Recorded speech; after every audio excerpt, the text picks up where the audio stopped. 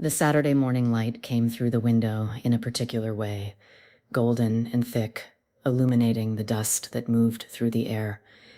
This was the light that meant we would be sitting on the floor for hours, that my hair would be transformed, that the work of maintenance and tradition and care would happen in the space between breakfast and lunch. The smell of my grandmother's hands carried the memory of coconut oil and something else, something that had no name but smelled like time itself, like decades of this same work being done over and over. I must have been around 6 years old, the first time I remember the braiding in a conscious way.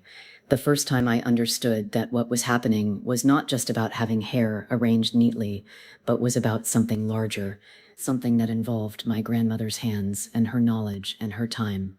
Before that, there was the fact of braids, the fact that my hair was braided, the simple matter-of-factness of it. But at 6, I began to pay attention, began to understand that this was a skill, something that had to be learned, something that connected me to my grandmother, and through her to people I had never met. My grandmother would have me sit between her knees on the living room floor. The floor was hardwood, worn smooth by years of feet, and by the regular sweeping that kept it clean. A plastic mat was sometimes placed there to make the sitting more comfortable, but often it was just the floor itself, the hard surface that meant if you shifted positions too much, your knees would hurt. You learned to sit still, to be patient, to understand that discomfort was part of the process. The preparation for the braiding was ritualistic in ways that I did not fully understand at the time. My grandmother would gather her tools, a comb with teeth that were not too close together, a spray bottle of water to dampen the hair, containers of oil and grease, rubber bands or thread, depending on what kind of braids were being done. These items would be arranged around her, within reach, part of the organized chaos of the work. The first thing she would do was comb through my hair carefully, section by section. The combing was not painful if I sat still, but it could hurt if I jerked my head away, or if a particular knot caught unexpectedly. She would work slowly around the combing, explaining as she went, "Tilt your head this way, hold still right here, this knot is coming out now." The instructions were gentle but firm, not presented as requests, but as statements of fact about what needed to happen. As I got older, I began to understand that the combing itself was teaching me something. My grandmother was showing me how to prepare hair for braiding, how to work through tangles without causing unnecessary pain, how to respect the hair while also accomplishing the work. She was not just doing this to me, she was showing me how to do this, and eventually I would learn to do it myself. The braiding itself began when the hair was completely combed out and had been divided into sections. Each section would be oiled lightly, the oil rubbed in from the roots to the ends. The smell of the oil mixed with the smell of my own hair, my own scalp, created a particular scent that I associate entirely with these Saturday mornings. There is no other time that smell appears. It only exists in this context, in this particular work. The actual braiding required a particular kind of focus. My grandmother would take 3 strands of hair and begin the familiar pattern, over, under, that created the braid. Her hands moved with a rhythm that seemed almost meditative. She would not talk much while she braided, only occasionally giving me instructions about how to hold my head or reminding me to sit still. The work required concentration, and she gave it the concentration it deserved. What I began to understand, over the years of Saturday mornings, was that this braiding was not about vanity or appearances, though that was part of it. It was about care. It was about the transmission of knowledge. It was about a person taking time with you, giving you their complete attention, using their hands to create something beautiful and functional at the same time. It was about patience, my grandmother's patience with me, and my learning to have patience with the process. The time involved was significant. A full head of braids could take 3 hours or more, depending on how many braids there were, how thick they were, what kind of braids they were. 3 hours of sitting relatively still, of having someone's hands in your hair, of being held in place by the requirements of the work. 3 hours of your grandmother's time, devoted entirely to you. This was not something that was hurried. This was not something that was done while doing other things. This was time that was set aside, protected, dedicated to this one task. As I got older, I began to notice other things about the braiding. I noticed that my grandmother was teaching me not just the mechanics of braiding, but also something about what it meant to be a girl, what it meant to care about how you looked, what it meant to maintain yourself. She was teaching me, through the care with which she did her work, that these things mattered, not because the world would judge me, though it would, but because taking care of yourself was a form of self-respect. By the time I was a teenager, I was beginning to learn to braid my own hair. My grandmother would have me practice on dolls first, then on her hair, then on my own hair under her supervision. The learning was not done through explicit instruction. Instead, she would position my hands in the right way, would guide me through the motions, would correct me when I went wrong. No, like this. Feel how the tension is different. You have to keep the tension even, or the braid won't hold. I began to understand that braiding was a skill that required practice, that my hands had to learn something that my mind could not quite teach them. The coordination, the tension, the rhythm, these were things that had to be felt in the hands, learned through repetition. And I understood that my grandmother had learned this the same way, had practiced over and over, had developed the skill through years of braiding her own hair and the hair of children and grandchildren. There was a particular kind of intimacy in the braiding that I did not fully appreciate at the time. To have someone's hands in your hair, to have them touch your head and your scalp, to have them work close to your face and neck. This created a closeness that was different from other kinds of closeness.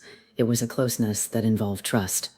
You had to trust that they would not pull too hard, that they would not intentionally hurt you, that they knew what they were doing.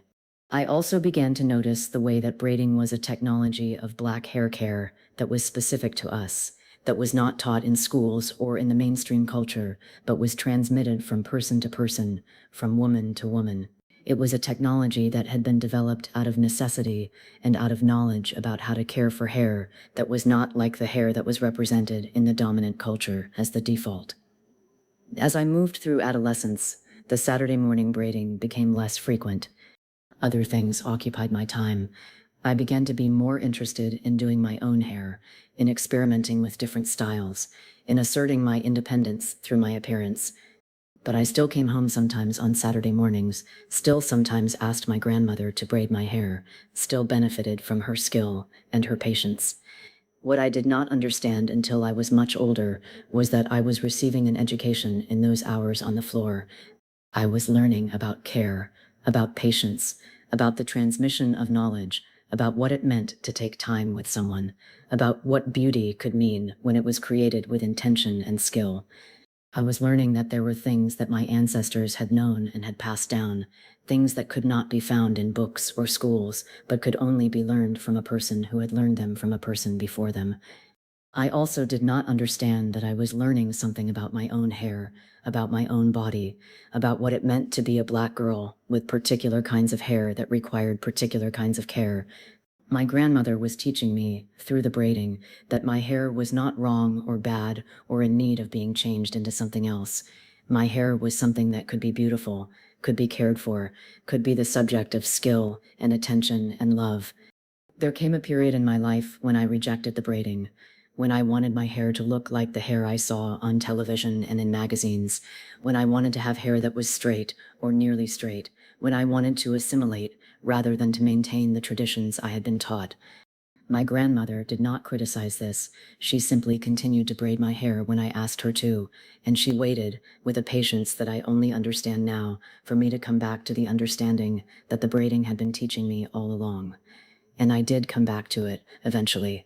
I came back to understanding that braiding was not a burden, but a gift. I came back to understanding that my grandmother's hands in my hair meant something, that the time she spent meant something, that the knowledge she was transmitting meant something. I came back to understanding that taking care of my hair in the ways that my grandmother had taught me was not a rejection of the wider world, but an affirmation of myself, of my heritage, of the knowledge that had been passed down to me.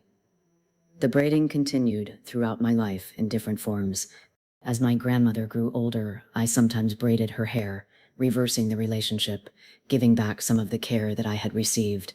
As I had children of my own, I braided their hair, passing down to them what had been passed down to me.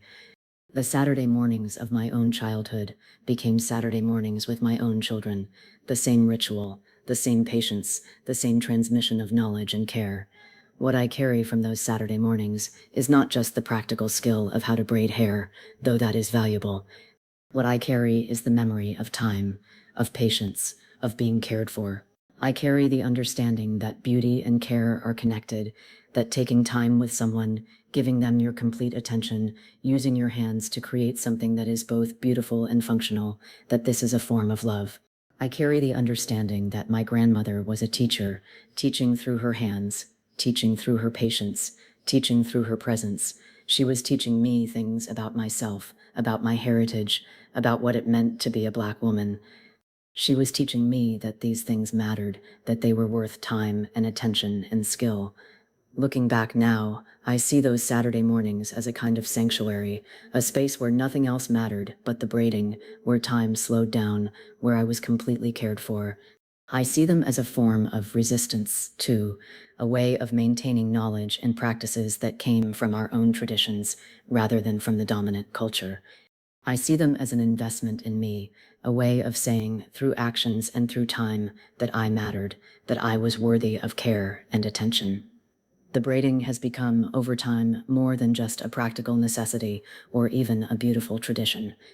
It has become a way of staying connected to my grandmother, a way of carrying her forward in the world. When I braid my children's hair, or when I braid my own hair in the way that she taught me, I feel her presence. I feel the continuity of what she knew and what she passed down. I feel the generations of women before her who knew how to do this, who passed it on to her, who are present in the work of my hands.